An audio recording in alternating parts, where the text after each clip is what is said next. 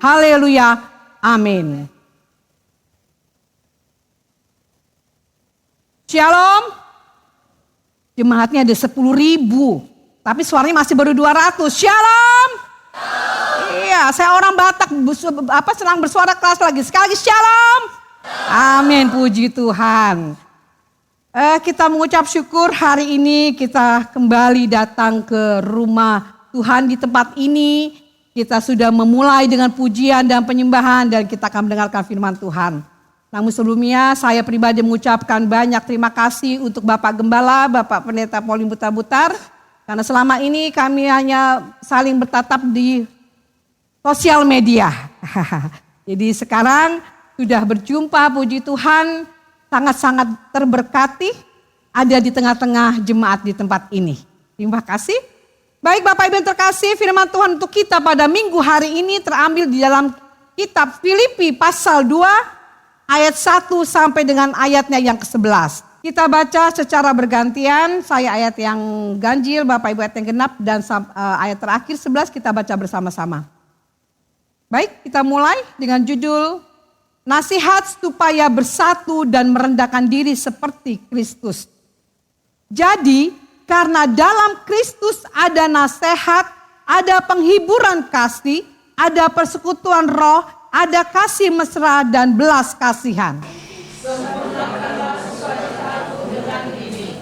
Damailah kamu sehati sepikir, dalam satu kasih, satu jiwa, satu tujuan.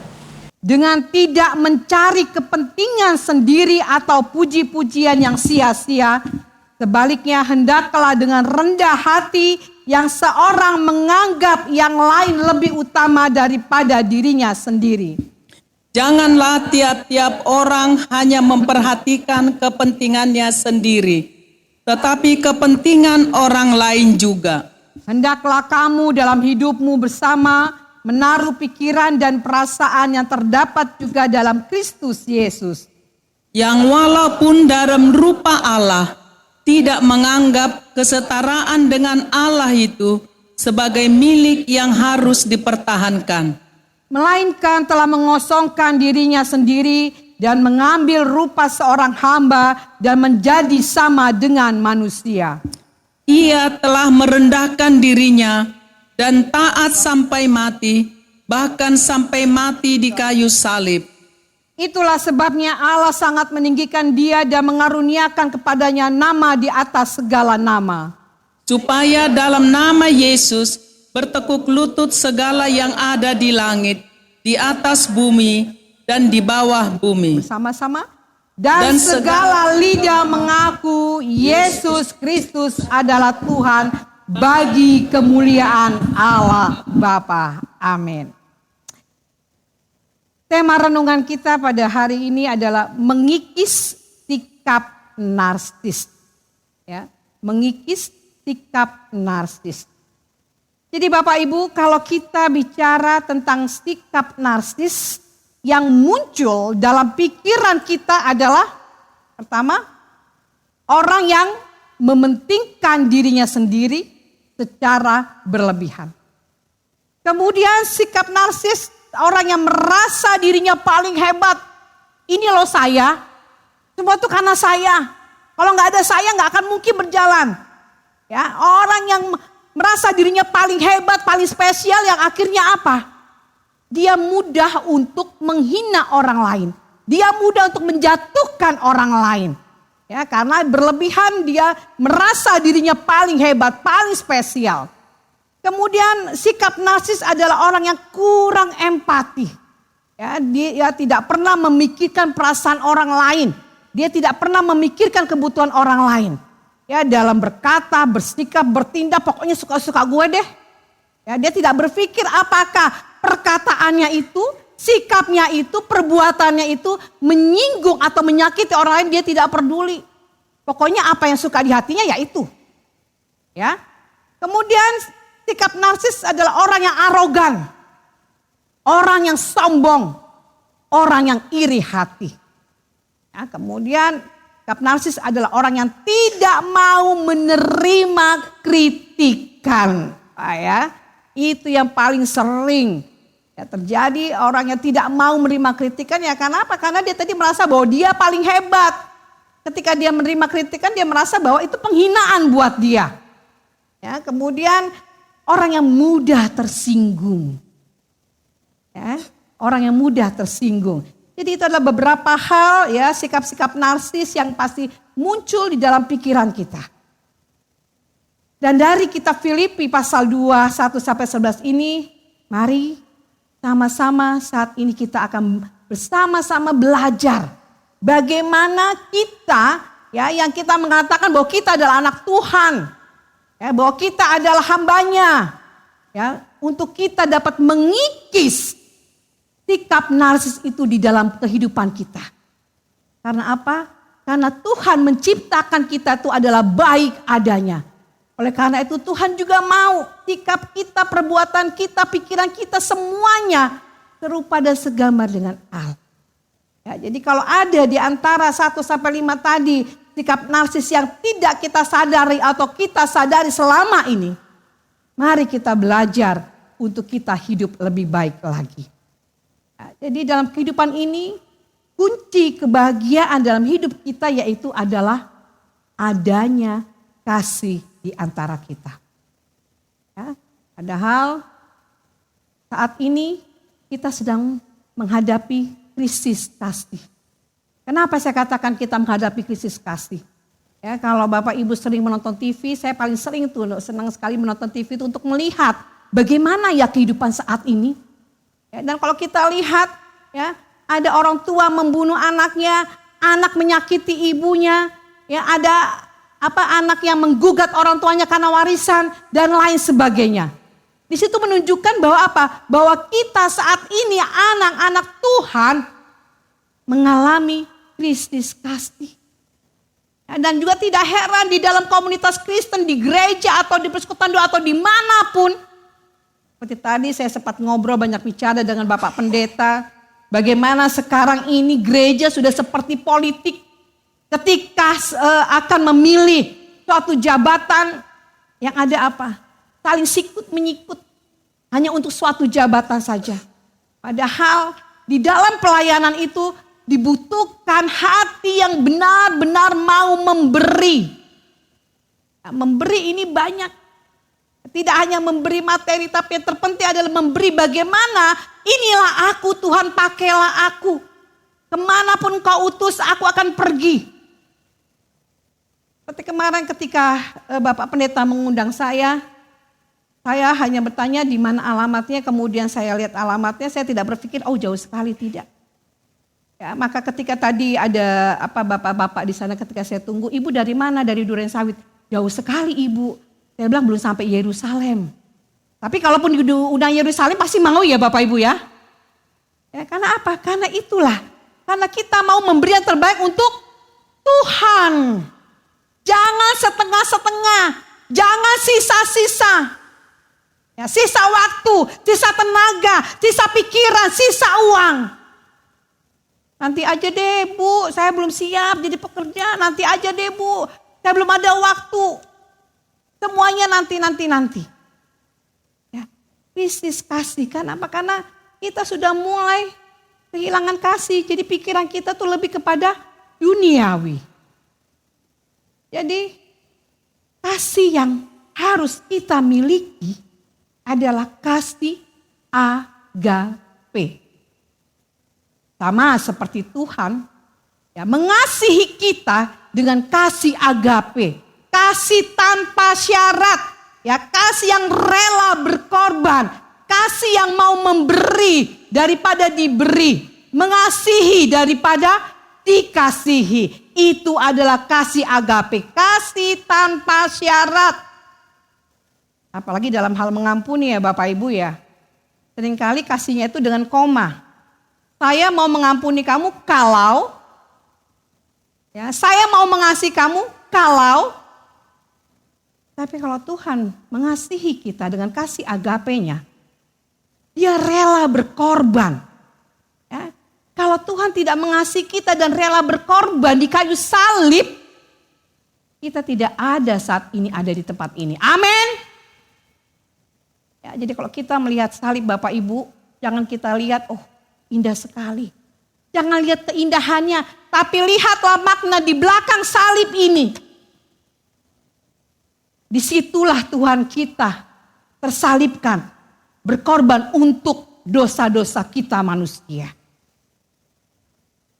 Jadi dalam Filipi 2 ayat 1 sampai dengan 11 ini menggambarkan kasih Kristus yang menjadi fondasi yang kuat dalam hidup kita. Ya. Sebelum kita melihat bagaimana kita mengikuti sikap narsis, kita pun harus memahami bahwa di dalam Filipi pasal 2 ini ya kita diajarkan, kita melihat fondasi yang kuat di dalam kehidupan Kristus. Dan juga di sini Paulus dalam kitab Filipi menjelaskan sifat dari Tuhan kita adalah kerendahan. Kita baca pada ayat 8 tadi. Dan dalam keadaan sebagai manusia, ia telah merendahkan dirinya dan taat sampai mati, bahkan sampai mati di kayu salib. Saya ulangi lagi. Dan dalam keadaan sebagai manusia, ya, ia datang sebagai manusia, ia telah merendahkan dirinya dan taat sampai mati. Ya, taat sampai mati. Bisa nggak kita taat sampai mati? Bisakah kita merendahkan diri kita? Walaupun mungkin di pekerjaan kita, jabatan kita tinggi. Ya, walaupun kita harta yang berlimpah. Bisakah kita rendah hati untuk mendahulukan orang lain daripada kepentingan kita sendiri? Bukan rahasia Bapak Ibu, kalau di gereja-gereja ya, kalau orang-orang yang donaturnya sangat besar, begitu masuk, disambut ya Pak Pendeta ya, kalau perlu di sofa depan. Saya punya pengalaman, tahun lalu ketika saya bersama anak ibadah Natal di salah satu gereja, 5 bangku dari depan ke belakang tuh 5 itu kosong. Ya, karena saya tidak suka kalau ibadah duduknya di belakang, ya karena bisa mengganggu konsentrasi, saya dan anak mau duduk di nomor 2. Kemudian ada bapak-bapak di situ, maaf ibu, untuk 5 bangku ini tidak bisa, silakan di belakang. Oh gitu ya, saya berpikir positif aja ya. Oh mungkin itu untuk kur atau untuk apalah begitu. Jika cerita setiap ada yang mau datang, bahkan ada bapak-bapak yang sudah pakai tongkat mau duduk di situ, disuruh juga pindah. Sampai pada mau mulai ibadah, saya jadi penasaran. Ya apa yang mau duduk di 5 bangku itu, karena kalau paduan suara kok belum datang. Sampai pas mulai ibadah, majelisnya menyambut jemaat, baru muncullah ada seorang suami istri dan 3 orang anaknya dengan baju kembar masuk berbisik-bisik. Ternyata dia siapa Bapak Ibu? Di hadapan Tuhan semua kita sama, amin. Jadi kalau mau duduk di depan harus datang duluan. Tidak ada yang spesial. Ya, karena di sini Tuhan jelas. Ya dalam keadaan sebagai manusia ia telah merendahkan dirinya dan taat sampai mati. Jadi Tuhan tidak melihat pangkat jabatan. Tuhan melihat kedalaman hati kita. Apakah kita sungguh-sungguh mau mencari Dia? Apakah kita sungguh-sungguh mau melayani Dia? Tuhan tidak melihat berapa rumahmu, berapa mobilmu, apa jabatanmu, tidak. Nah, di sini itulah sebabnya Paulus ya dalam kitab Filipi ini menjelaskan bahwa sifat dari Tuhan kita itu adalah kerendahan hati. Dan kerendahan hati inilah yang pasti sulit untuk dijalankan oleh orang-orang yang mempunyai jabatan, yang mempunyai kedudukan, yang mempunyai harta di dalam ruang lingkup kekristen. Jadi kalau Tuhan Yesus saja rela disiksa, Tuhan Yesus rela dicerca, bahkan disalib hanya untuk menebus dosa-dosa kita manusia. Semua itu berbanding terbalik dengan sifat-sifat manusia yang ada. Ya. Manusia lebih suka dihormati. Manusia lebih suka dipuji. Ya, manusia lebih tinggi egonya dan dia merasa paling benar. Padahal Tuhan sudah memberi contoh yang baik. Banyak hal di dalam Alkitab ini contoh-contoh bagaimana kehidupan Tuhan Yesus ketika dia melayani. Ya.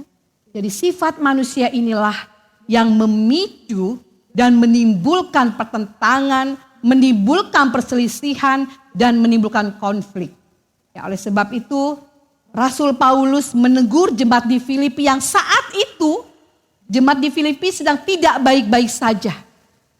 Ya, oleh karena itu Rasul Paulus menegur jemaat di Filipi supaya jemaat di Filipi itu berfokus pada teladan Kristus, yaitu rendah hati. Ya, saya ulang lagi, saya bacakan ayat 1 sampai ayat 4 supaya kita lebih memahami sifat rendah hati Tuhan.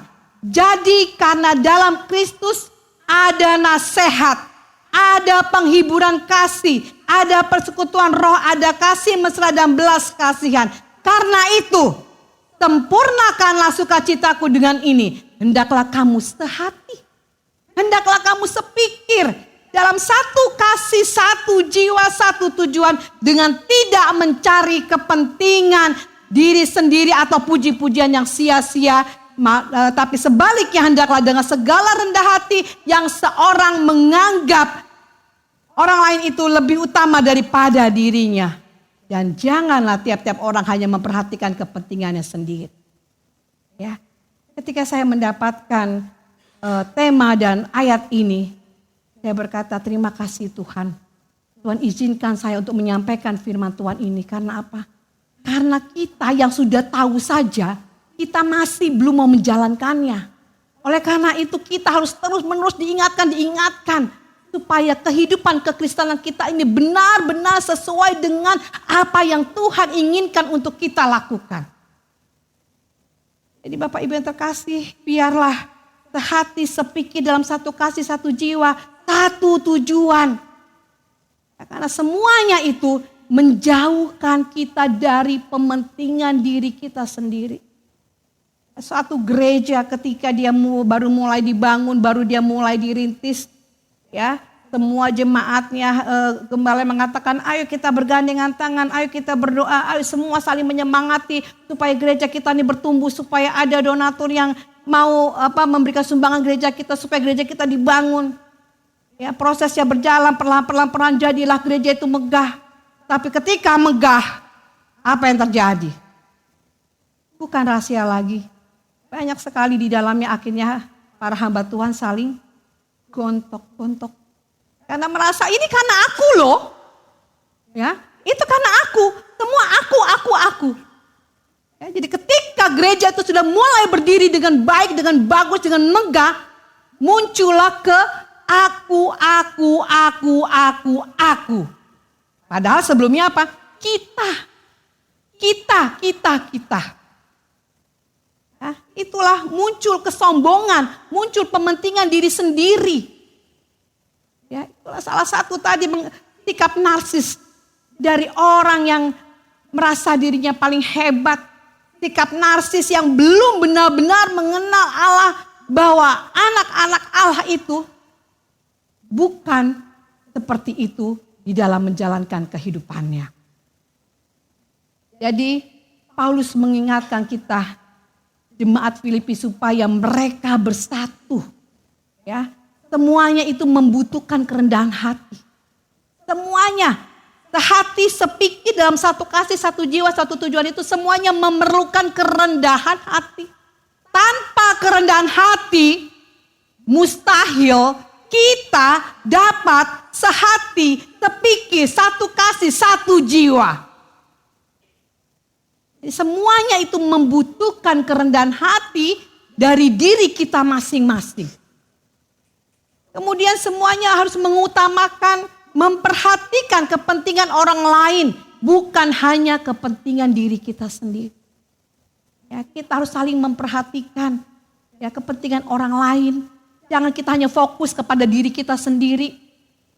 Ya, oh yang penting saya udah happy, saya udah bahagia, saya udah senang. Mungkin pada waktu susah, dia datang ke gereja itu, dia minta didoakan, dia minta pertolongan dan lain sebagainya. Namun ketika Tuhan memberkati dia, Tuhan berikan semuanya itu, dan dia bangkit, dia berhasil, dan say goodbye. Dia mencari gereja yang lebih besar lagi. Ya. Bulan lalu saya pelayanan di Purwokerto. Ya, di situ Jemaatnya mungkin Bapak Gembalanya tidak memberitahu asal muasal saya dari gereja mana. Kemudian saya berkhotbah. Setelah selesai berkhotbah, selesai ibadah, kemudian beberapa jemaat datang minta didoakan, sharing dan lain sebagainya. Kemudian mereka mengatakan, Ibu pendeta pindah sini aja ya. Kenapa? Iya, supaya bisa mendoakan kami terus, memberkati kami terus. Jadi karena mereka berpikir saya itu juga dari GBI karena cara saya berkhotbah. Karena kalau di tempat kami ya Bapak Pendeta, itu kami tidak bisa begini keluar mimbar. Disinilah di GBI ya atau gereja karismatik lain itu kita bisa mengekspresikan. Jadi ketika saya berkhotbah itu jemaat berpikir bahwa saya itu sama. Saya katakan gereja itu semua sama. Dan saya sendiri secara pribadi di mana saya dipanggil pelayanan, saya mengikuti tata ibadah yang ada di gereja itu. Kemudian saya 2 minggu yang lalu saya melayani di gereja di Jogja. Ada satu jemaat, dia sudah bilang masuk Kristen, tapi dia belum mau dibaptis. Kemudian ibu gembalanya bilang, iya Ibu Pendeta, dia masih tiap minggu tuh dia bergereja dan dia mengatakan bahwa dia mau dibaptis kalau dia sudah benar-benar mendengar khotbah dari seorang pendeta yang benar-benar sungguh bisa menyentuh hatinya. Saya bukan mau sombong, tapi setiap kita dikasih karunia oleh Tuhan, amin. Setiap kita dikasih kesempatan pada Tuhan untuk menjadi berkat. Dan ketika saya kemarin melayani, saat itu mengatakan kepada Ibu Gembala, Ibu minggu depan saya siap untuk dibaptis. Jadi katakan kenapa? Khotbah Ibu Pendeta Tina benar-benar bisa saya terima. Ya, karena kalau kita berkhotbah ya Pak Pendeta, kita tidak bahasa pakai teologi. Tidak pakai bahasa Yunani ya, seperti pada waktu kuliah ya Pak Pendeta, tapi kita berkhotbah itu kita lihat apa yang jemaat butuhkan. Ya. Jadi puji Tuhan ya. Kita semuanya itu dipakai oleh Tuhan. Oleh karena itu jangan kita mementingkan kepentingan kita sendiri. Tapi ketika Tuhan mengaruniakan kita, marilah kita menjadi berkat dan menjadi berguna. Jadi ketika Tuhan mengaruniakan kita karunia yang luar biasa apapun itu, jangan kita pakai untuk diri kita sendiri. Kita pelit untuk berbagi. Ya, tapi kita lihat apa kepentingan. Kita lihat apa kebutuhan dari orang-orang yang di sekitar kita. Berbagi berkat. Dan berbagi berkat di sini Bapak Ibu, jangan kita hanya berpikir kalau berbagi berkat itu hanya kita memberi ke dalam keuangan. Tapi berbagi berkat bagaimana kita juga tahu ketika ada orang sakit, oh ya dia butuh apa? Berkat doa, berkat lawatan, berkat kunjungan. Ya. Kemudian menjauhkan dari pementingan diri sendiri, mendorong kita untuk hidup dalam kesatuan. Memiliki pikiran yang sama, kasih yang sama, dan tujuan yang sama. Ya, jadi kalau kita yang mempunyai pikiran yang sama, kasih yang sama, dan tujuan yang sama, maka kita akan terhindar dari pementingan diri kita sendiri. Ya. Semua kita satu visi misi. Ya, tadi saya sudah banyak mendengar cerita dari Bapak Gembala kita. Bagaimana perjuangan Bapak Gembala kita luar biasa. Saya sendiri belum apa-apa ya Pak Pendeta. Saya mau belajar dari Bapak. Bagaimana merintis 20 tahun ya Bapak. Itu luar biasa mulai dari nol. Ya, saya sendiri gereja di Presbyterian di Pasar Kemis. Seperti itu. Ya, jemaatnya itu masih hangat-hangat kuku. Kadang banyak, kadang sedikit. Tapi itulah perjuangan, itulah kesetiaan. Ketika saya dan rekan sepelayanan saya Bapak Pendeta Jeremy kita bersama-sama mempunyai pikiran yang sama, kasih yang sama, tujuan yang sama. Saya yakin dan percaya saya pun akan bisa seperti Bapak Gembala kita. Bagaimana untuk memenangkan jiwa-jiwa. Jadi itulah yang kemudian mengikuti teladan Kristus. mengikuti teladan Kristus. Berat Ibu Pendeta mengikuti teladan Kristus. Ya kan udah dibilang kalau kau ditampar pipi kananmu, berikan pipi kirimu. Waduh, enak banget Bu Pendeta. Ya, enak banget. Ya udah disakiti. Ya, saya sudah dihancurkan. Ada dikatakan mengikuti teladan Kristus. Pengampunan. Supaya kita dapat mengikis sikap narsis kita. Setiap hari Minggu kita mengucapkan doa Bapa kami. Dan di situ ada kalimat, ampunilah kami seperti, ulang lagi, ampunilah kami seperti, amin. Benar tidak itu dijalankan? Ampuni kami seperti kami juga mengampuni orang yang bersalah kepada kami. Amin, haleluya, haleluya. Pulang gereja mau salam-salaman sama Pak Pendeta. Oh ada dia, aku gak suka sama dia. Lewat belakang. Ya, lewat belakang. Ada dia musuh saya. Enak aja, lewat belakang. Akhirnya ke depan baru salaman dengan Bapak Pendetanya. Padahal dia mengucapkan, ampunilah kami seperti kami juga mengampuni orang yang bersalah kepada kami. Ya, jadi saya tidak segan-segan untuk mengatakan di gereja-gereja, jangan pernah kita mengucapkan ampuni kami kalau kita masih belum bisa. Ya. Karena doa Bapa kami itu adalah doa yang Tuhan ajarkan kepada kita. Ya, bukan doa pendeta, bukan doa majelis, tapi doa yang Tuhan ajarkan kepada kita. Jadi kalau kita mau mengikuti teladan Kristus, teladan Tuhan, lakukan apa yang Tuhan lakukan. Kalau kita mengampuni berarti bukan karena kita hebat, bukan karena kita kuat, bukan karena kita jago, tidak. Tapi kita mengampuni karena Tuhan yang sudah terlebih dahulu mengampuni. Catat itu Bapak Ibu ya. Kita mengampuni karena Tuhan yang sudah terlebih dahulu mengampuni kita. Jadi jangan merasa, wah saya hebat dong, saya orang rohani. Saya udah bisa memaafkan dia. Ya, wah saya hebat dong, saya sudah bisa berbagi berkat. Ya, padahal sama. Ya, karena Tuhan yang sudah terlebih dahulu memberkati kita, itu sebabnya kita harus berbagi berkat. Tuhan memberi, kita memberi juga. Ya, jadi biar lumbung-lumbung yang Tuhan isi penuh itu, ketika kita keluarkan, kita beri, Tuhan isi lagi. Ya, diberkati untuk memberkati. Itulah teladan Kristus. Pertanyaan buat kita semua. Bagaimana dengan kita? Bagaimana dengan hidup kita? Sebentar lagi kita akan selesai dengan tahun 2025. Apa yang sudah kita lakukan dari bulan Januari kemarin sampai ini minggu terakhir di bulan November ya. Karena minggu depan kita sudah Desember. Minggu ini kita sudah masuk masa Advent. Masa penantian sebelum kita menyambut hari kelahiran Tuhan Yesus, hari Natal. Mari kita merefleksi diri kita.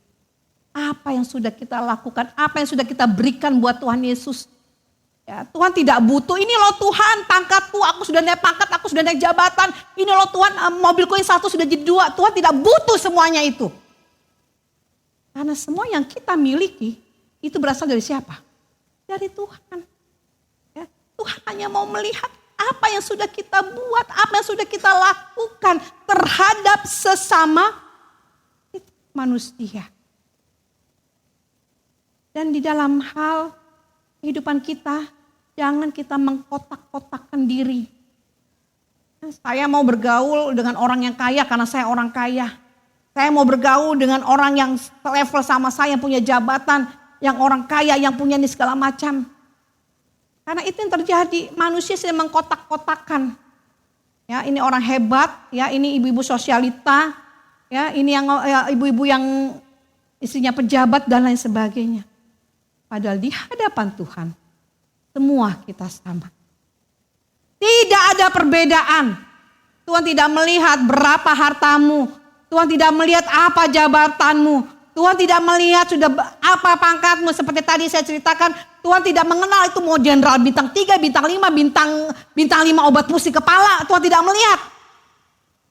Ya, yang Tuhan lihat itu adalah kesungguhan hati kita, kedalaman hati kita. Kita bisa berbohong dengan sesama kita, tapi dengan Tuhan, no. Tuhan melihat kedalaman hati kita.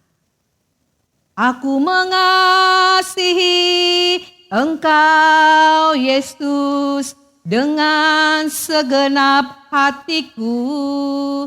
Aku mengasihi Engkau Yesus dengan segenap jiwaku. Oh, nyanyinya Tuhan luar biasa, mengangkat tangan. Bahkan sampai mungkin mengalir air mataku. Renungkan firman-Mu siang dan malam, oh Tuhan Yesus. Tapi apakah sungguh dia mengasihi Tuhan Yesus? Karena kalau kita mengasihi Tuhan Yesus, berarti kita juga mengasihi orang yang ada di depan kita. Tapi kalau orang yang di depan kita saja, yang ada jelas-jelas di depan kita tidak dapat kita kasihi, bagaimana kita dapat mengasihi Tuhan yang tidak kelihatan? Ya, jadi kalau kita menaikkan pujian, itu jangan kita terhanyut dengan mungkin musiknya yang enak, ya WL singernya yang suaranya merdu, akhirnya membawa kita juga ikut, waduh, penghayatan. Tapi di sini masih ada akar kepahitan, masih ada dendam, masih ada benci. Jadi katakan, aku mengasihi Engkau Yesus dengan segenap hatiku. Ku renungkan firman-Mu siang dan malam, ku pegang perintah-Mu dan ku lakukan. Jadi katakan merenungkan firman-Nya siang dan malam, melakukan dan lain sebagainya. Benar tidak? Ya, jadi pujian itu juga adalah suatu doa, suatu harapan. Jadi jangan kita hanya terhanyut dengan musik yang enak, WL dan singer yang suaranya enak. Tapi benar-benar, oh ya, ampuni aku Tuhan, selama ini ternyata aku belum mengasihi Engkau. Karena aku masih menyimpan akar kepahitan. Karena aku masih menyimpan benci dan dendam, ya, kepada saudaraku. Ya, kalau kita yang satu darah, bersaudara, saling menyakiti, bagaimana kita bisa mengasihi orang lain dengan benar? Jadi bagaimana dengan kita? Apakah dalam kehidupan kita sehari-hari, baik dalam keluarga, dalam pekerjaan, dalam komunitas-komunitas, terlebih-lebih di dalam gereja, dalam pelayanan kita, kita masih terjebak dengan pementingan diri sendiri? Jawab dalam hati kita masing-masing kepada Tuhan. Apakah kita masih terjebak bahwa hidup kita ini kita masih mementingkan diri kita sendiri? Kita bersikap narsis. Seperti saya katakan tadi, kita mementingkan diri sendiri yang berlebihan, kita merasa diri kita paling hebat, kita merasa diri kita spesial, ya, kita merasa kita kurang empati, tidak pernah memikirkan perasaan orang lain, tidak pernah memikirkan kebutuhan orang lain, kita arogan, kita sombong, kita iri hati, kita tidak mau dikritik dan mudah tersinggung. Kalau ada satu atau dua poin seperti yang saya katakan tadi, sikap narsis itu, mari kita belajar di sini. Nah, memang mengikis sikap narsis itu tidaklah mudah. Tidaklah mudah, karena apa? Karena kehidupan kita juga tidak lepas dari keinginan daging. Sementara keinginan daging dan keinginan roh itu bertentangan. Yang satu menuju kekekalan yang mendapatkan mahkota, yang satu menuju kebinasaan. Dan mempraktekkan kerendahan hati dalam situasi yang sedang tidak baik-baik saja juga pasti tidak mudah. Oleh karena itu apa? Mari kita belajar dari Tuhan kita mengenai kerendahan hati ini dengan kita mengandalkan Dia. Kita minta tuntunan dari Dia. Nah, kita katakan, Tuhan, mampukan aku agar aku dapat menjalankan firman-Mu dengan baik. Mampukan aku agar aku dalam kehidupanku aku dapat hidup dengan rendah hati dengan orang-orang yang ada di sekeliling kita. Jangan kita mengandalkan diri kita sendiri. Kita tidak akan mampu. Ya, walaupun mungkin pendidikan kita sampai S10, kita tidak akan mampu. Tapi kalau kita mengandalkan Dia, kita bersandar kepada Dia. Tolong Bapa dalam surga, beri aku kekuatan, beri aku kemampuan agar aku dapat menjalankan firman-Mu dalam kehidupanku. Karena apa? Karena disitulah juga orang bisa melihat kemuliaan Allah dalam kehidupan kita. Jadi jangan kita pakai salib, tapi perkataan yang keluar dari mulut kita, maaf, kebun binatang keluar semuanya. Bukan berarti tidak boleh pakai salib. Tapi ketika kita siap untuk memakai salib itu, orang bisa melihat kemuliaan Allah dalam kehidupan kita. Ketika para hamba Tuhan siap untuk menjadi pendeta. Memang pendeta bukan malaikat. Semua kita tidak ada yang sempurna. Tapi disitulah kita terus belajar dan belajar, berproses untuk hidup lebih dan lebih baik lagi. Ya. Tidak ada manusia yang saya udah pendeta berarti saya udah lulus. Ya, Alkitab saya sudah paham semuanya, sudah selesai. Tidak. Ya, pendeta pun juga dalam kehidupannya juga menghadapi banyak ujian-ujian hidup. Ya, saya pribadi jujur, saya kemarin sempat menghadapi pergumulan yang luar biasa. Anak saya nomor 2, anak saya ada 2, 1 sudah menikah, anak saya perempuan dua-duanya, yang 1 belum menikah.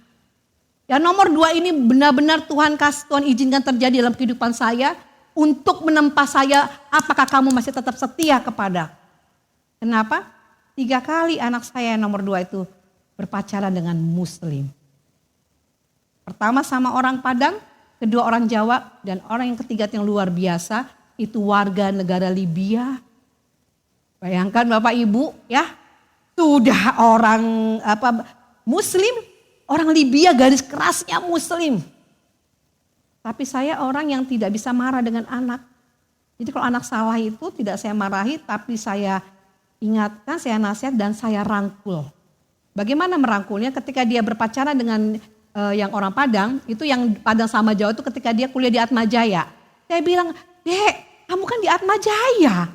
Atmajaya itu kan sekolah Katolik, kok bisa-bisa 2 kali dapatnya orang Muslim. Ujian hidup.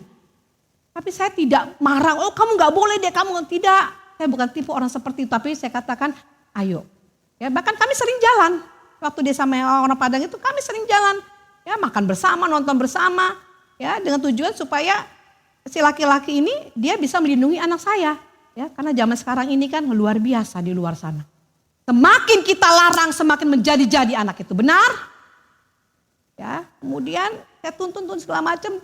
Singkat cerita dia kata, Mami aku putus dengan dengan Abi. Kenapa? Ya gini. Oh, kan memang anaknya baik. Oh gitu ya nak, pada dalam hati puji Tuhan. Dapat kabar lagi, Muslim lagi. Ya Tuhan, kuatkan hamba-Mu ini. Sama dengan yang pertama, saya ajak jalan, makan sama-sama, nonton sama-sama.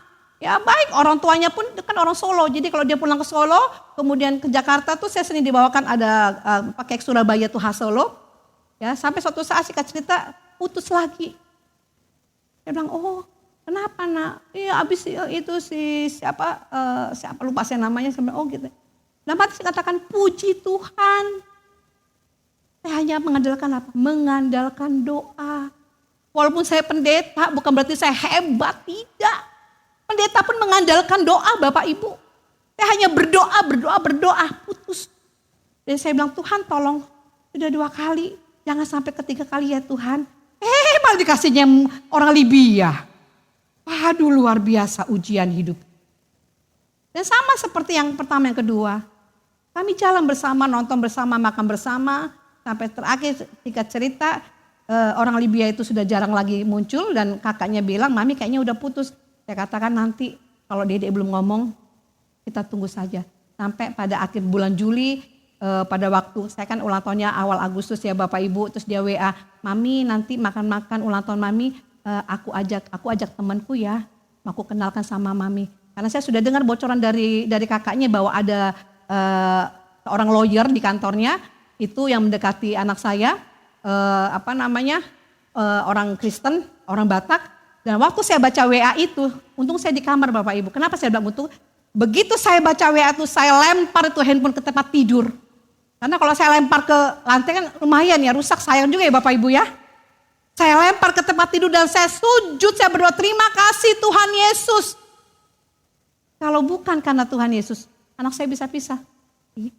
Dia sudah nekat mau menikah.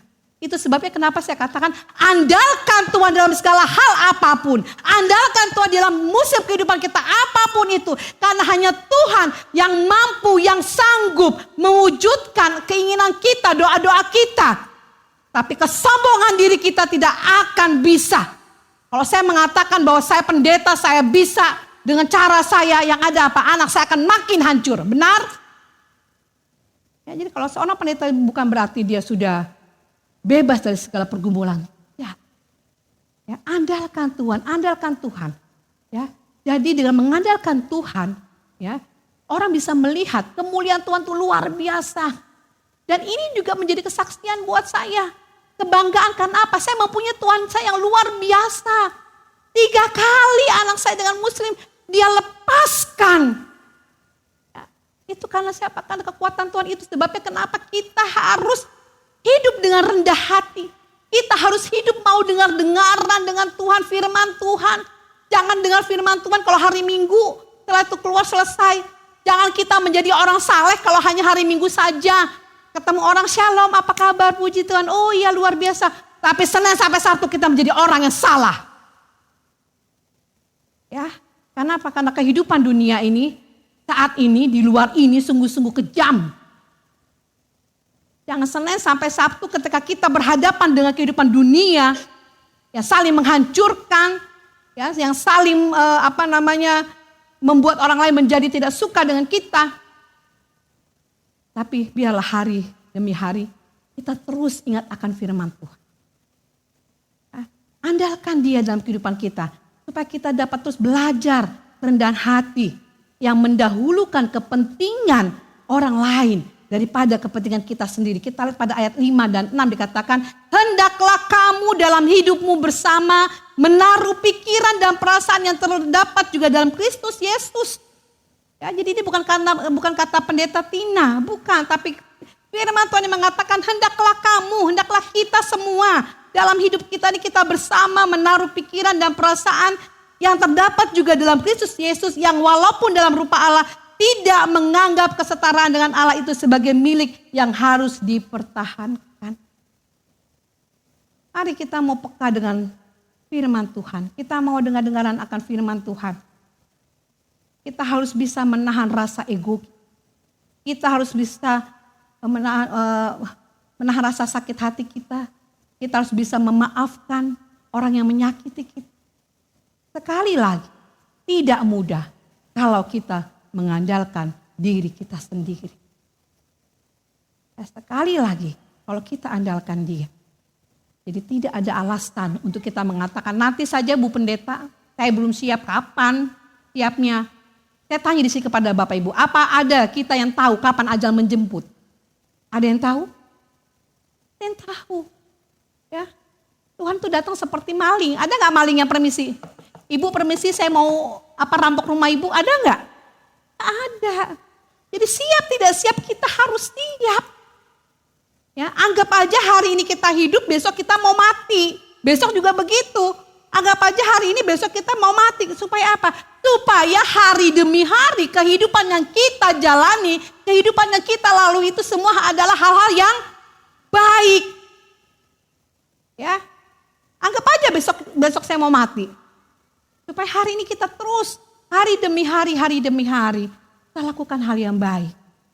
Ya, kalau hari ini sudah di akhir bulan November, kalau kemarin begitu banyak kita sudah melakukan kesalahan-kesalahan, dosa-dosa kita, ya, keegoisan diri kita, kesombongan diri kita, mari ya di 1 bulan ini ya kita bertobat, kita lakukan yang terbaik. Supaya apa? Supaya ketika nanti sudah selesai waktu kita akan mendapatkan mahkota kemenangan dari Tuhan Yesus. Amin.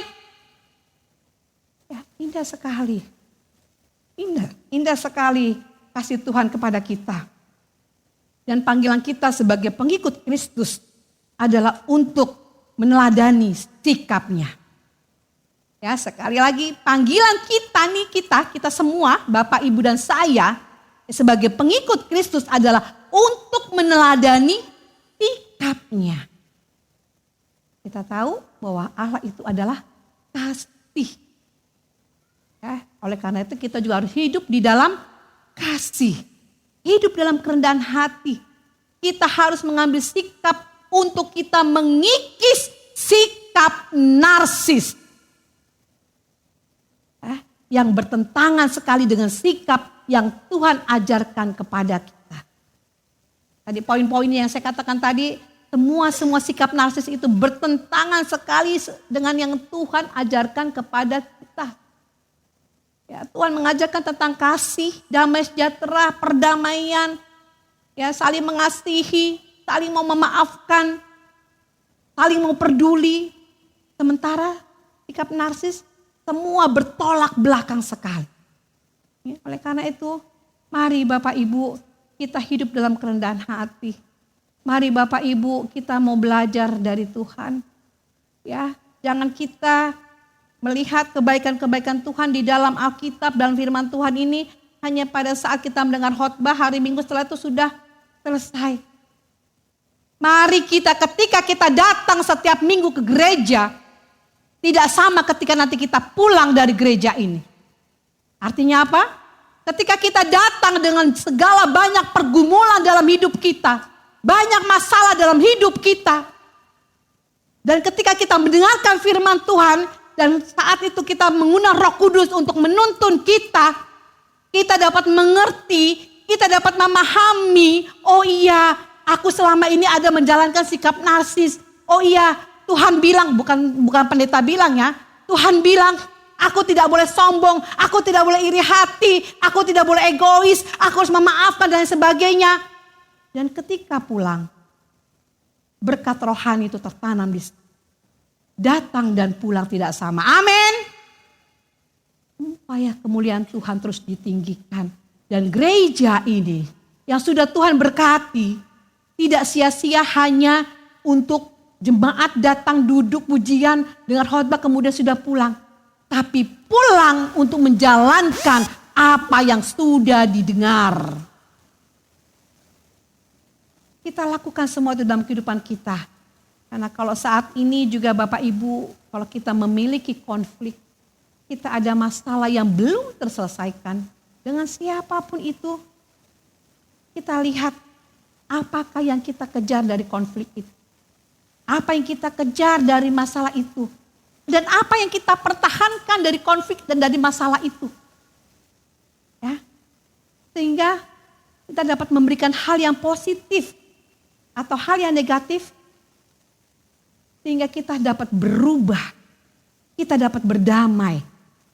Kita lihat kalau konflik itu, kalau masalah itu tidak membawa hal yang positif, malah membawa hal yang negatif, malah makin menjauhkan kita dari Tuhan. Untuk apa dipertahankan?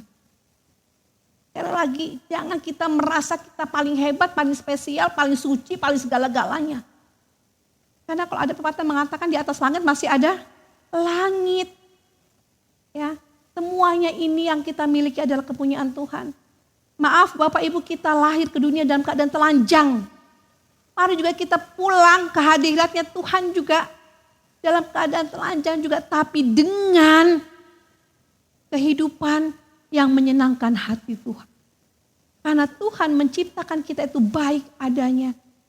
Kitalah yang merusak diri kita. Sama seperti kertas.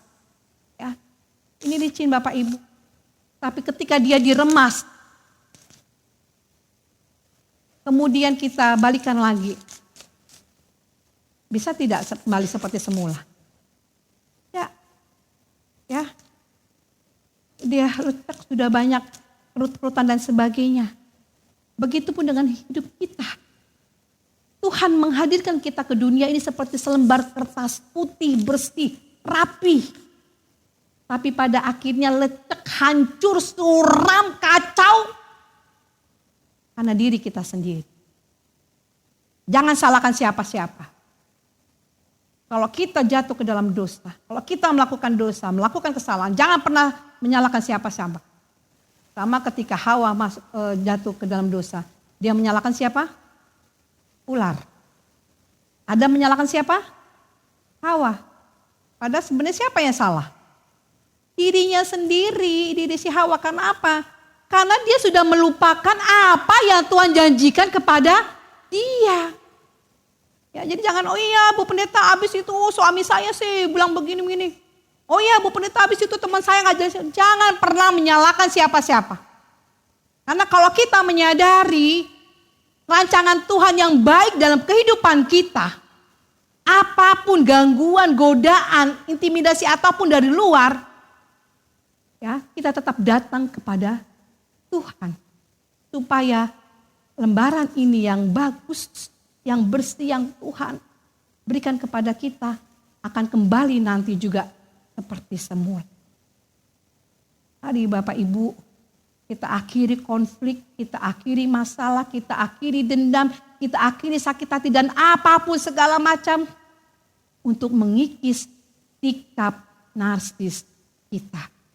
Karena saya percaya dari 5 poin yang saya katakan tadi sikap narsis, Bapak Ibu dan juga saya sendiri pasti pernah menjalankan 5 poin ini. Ya. Tapi Tuhan mengatakan bahwa Dia selalu menanti, Dia selalu menunggu kita. Ya, Tuhan tidak pernah jauh dari kita. Dia selalu menanti kita untuk kita mengakui segala kesalahan kita, dosa kita dan untuk bertaubat. Semakin kita jauh, Tuhan semakin dekat. Ya. Semakin kita jauh, semakin kita mau hampir jatuh, Tuhan terus langsung menangkap kita, menopang kita, mendirikan kita lagi untuk kita kembali ke jalannya. Jadi jangan katakan bahwa Tuhan jauh dari aku, tidak. Kita lah yang sering jauh dari Tuhan. Ya, jadi jangan lagi kita lakukan lagi itu, aku jauh, engkau jauh, aku dekat, engkau dekat. Tidak berlaku bagi anak-anak Tuhan. Ya, semakin kita jauh Tuhan semakin dekat, semakin menangkap kita. Itulah Tuhan kita yang maha baik. Ya, itu makanya seperti kesaksian tadi dari anak saya 3 kali. Itu berarti kan dia semakin jauh dari Tuhan.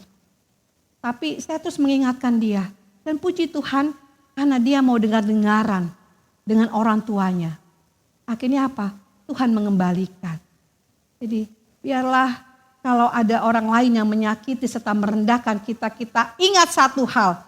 Kita punya Tuhan yang selalu menolong kita. Amin.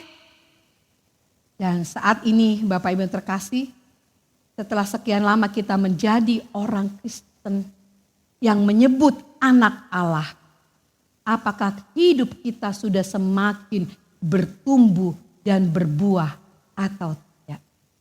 Ya, kita mau mengevaluasi hidup kita menjelang akhir tahun. Apakah hidup kita semakin bertumbuh dan berbuah atau tidak? Apakah kehadiran kita bisa menjadi garam dan terang untuk orang banyak? Atau malahan kita menjadi pengkhianat-pengkhianat firman Tuhan? Apakah ada upah ketaatan dan kesetiaan? Ada. Ada upah dalam ketaatan dan kesetiaan kita kepada Tuhan. Karena Yesus Kristus mendapatkan penghormatan besar, duduk di sebelah kanan Allah Bapa dan semua lidah mengaku bahwa Ia adalah Tuhan. Ya. Jadi marilah kita hidup, kita mengikis sikap narsis kita. Kita jawab dalam diri kita sendiri. Dari kelima poin tadi, mana yang kita sudah lakukan dalam kehidupan kita selama ini. Mari menjelang mengakhiri tahun 2025 kita introspeksi diri, ya kita mengikis sikap narsis kita ya, supaya kita layak di hadapan Tuhan. Ya, walaupun kita belum bisa seperti Kristus dan pastinya tidak akan sama kita bisa seperti Kristus, tapi kita selalu berusaha untuk hidup lebih dan lebih baik lagi. Ya, kita perlu berdoa agar kelak wajah kesegambaran kita semakin jelas bahwa hidup kita ini gambar dengan Tuhan melalui sikap, kata, dan perbuatan kita. Dan juga dengan meneladani kerendahan hati Tuhan, kita dapat membangun satu persekutuan yang kuat, ya, yang mengalami berkat, serta disitulah kemuliaan Allah akan dinyatakan. Amin. Mari kita berdoa. Terima kasih.